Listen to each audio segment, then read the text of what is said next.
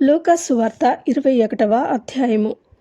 కానుక పెట్టెలో తమ కానుకలను వేయుచున్న ధనవంతులను ఆయన పారచూచెను. ఒక బీద విధవరాలు 2 కాసులు అందులో వేయుచుండగా చూచి, ఈ బీద విధవరాలు అందరికంటే ఎక్కువ వేసెనని మీతో నిజముగా చెప్పుచున్నాను.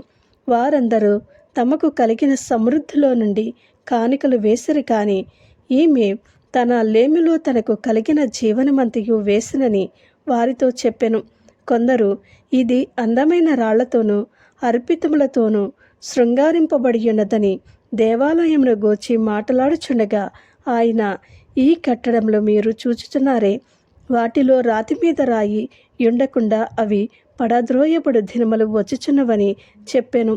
అప్పుడు వారు, బోధకుడా, అలాగైతే ఇవి ఎప్పుడు జరుగును? ఇవి జరగబోవునని సూచన ఏమని ఆయన అడిగిరి. ఆయన, మీరు మోసపోకుండా చూచుకొనుడి. అనేకులు నా పేరిట వచ్చి నేనే ఆయనననియు కాలము సమీపించిననియు చెప్పుదురు. మీరు వారి వెంబడిపోకుడి. మీరు యుద్ధములను గూర్చియు కలహములను గూర్చియు వినినప్పుడు జడియకుడి. ఇవి మొదట జరగవలసి ఉన్నవి, కానీ అంతము వెంటనే రాదని చెప్పెను. మరియు ఆయన వారితో ఇట్లనెను, జనము మీదికి జనమును, రాజ్యము మీదికి రాజ్యమును లేచెను. అక్కడక్కడ గొప్ప భూకంపము కలుగును, తెగుళ్లను కరువులను తటస్థించును. ఆకాశము నుండి మహా భయోత్పాతములను గొప్ప సూచనలను పుట్టును. ఇవన్నీ జరగక మునుపు వారు మిమ్మును బలాత్కారముగా పట్టి నా నామము నిమిత్తము మిమ్మును రాజుల యొద్దకును అధిపతుల యొద్దకును తీసుకుని పోయి సమాజ మందిరములకును చెరసాలలకును అప్పగించి హింసింతరు. ఇది సాక్ష్యార్థమై మీకు సంభవించును. కాబట్టి మేమేమి సమాధానము చెప్పుదుమా అని ముందుగా చింతింపకుందుమని మీ మనసులో నిశ్చయించుకొనిడి. మీ విరోధులందరూ ఎదురాడుటకును కాదనుటకును వీలు కాని వాక్కును జ్ఞానమును నేను మీకు అనుగ్రహింతును. తల్లిదండ్రుల చేతను, సహోదరుల చేతను, బంధువుల చేతను, స్నేహితుల చేతను మీరు అప్పగింపబడుదురు. వారు మీలో కొందరిని చంపింతురు. నా నామము నిమిత్తము మీరు మనుష్యులందరి చేత ద్వేషింపబడుదురు, కానీ మీ తల వెంట్రుకలలో ఒకటైనను నశింపదు. మీరు మీ ఓర్పు చేత మీ ప్రాణములను దక్కించుకుందరు.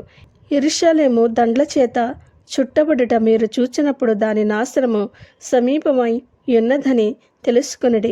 అప్పుడు యూదయలో ఉండేవారు కొండలకు పారిపోవలెను, దాని మధ్య నుండి వారు వెలుపలకి పోవలెను.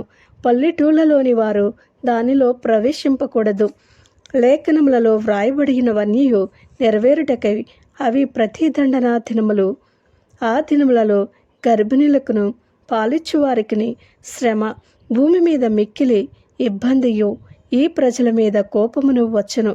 వారు కత్తివాత కూలుదురు.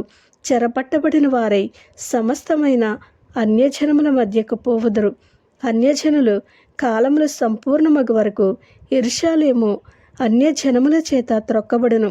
మరియు సూర్య చంద్ర నక్షత్రములలో సూచనలను, భూమి మీద సముద్ర తరంగముల ఘోష వలన కలవరపడిన జనములకు శ్రమయు కలుగును. ఆకాశమందలి శక్తులు కదిలింపబడును గనక లోకము మీదికి రాబోవుచున్న వాటి విషయమై భయము కలిగి మనుష్యులు ఎదురుచూచుచు ధైర్యము చెడి కూలుదురు. అప్పుడు మనుష్య కుమారుడు ప్రభావముతోనూ మహామహిమతోనూ మేఘారూఢుడై వచ్చుట చూతురు. ఇవి జరగనారంభించినప్పుడు మీరు ధైర్యము తెచ్చుకుని మీ తలలెత్తుకొనుడి, మీ విడుదల సమీపించుచున్నదనెను. మరియు ఆయన వారితో ఈ ఉపమానము చెప్పెను, అంజూరపు వృక్షమును సమస్త వృక్షములను చూడడి. అవి చిగురించుట చూచి వసంతకాలమైనప్పుడు సమీపమాయెను అని మీ అంతటా మీరు తెలుసుకుందరు కదా. అటువలే మీరు ఈ సంగతులు జరుగుట చూచినప్పుడు దేవుని రాజ్యము సమీపమాయనని తెలుసుకొనుడి. అవన్నీ జరుగు వరకు ఈ తరము గతింపదని నిశ్చయముగా మీతో చెప్పుచున్నాను. ఆకాశమును భూమియు గతించును, కానీ నా మాటలేమాత్రము గతింపవు.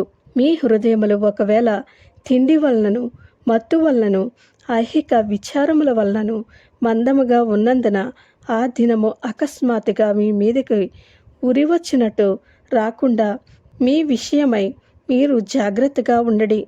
ఆ దినము భూమి ఎందంతటా నివసించు వారందరి మీదికి అకస్మాత్తుగా వచ్చును. కాబట్టి మీరు జరగబో వీటి నెలను తప్పించుకుని మనుష్య కుమారుని ఎదుట నిలువబడుటకు శక్తిగల వారగునట్లు ఎల్లప్పుడూ ప్రార్థన చేయుచు మెలకువగా ఉండడని చెప్పెను. ఆయన ప్రతిదినము పగటి యందు దేవాలయములో బోధించుచు రాత్రివేళ ఒలీవల కొండకు వెళ్ళుచు కాలము గడుపుచుండెను. ప్రజలందరూ ఆయన మాట వినుటకు దేవాలయములో ఆయన యొద్దకు పెందలకాడ వచ్చుచుండిరి. ఆమేన్.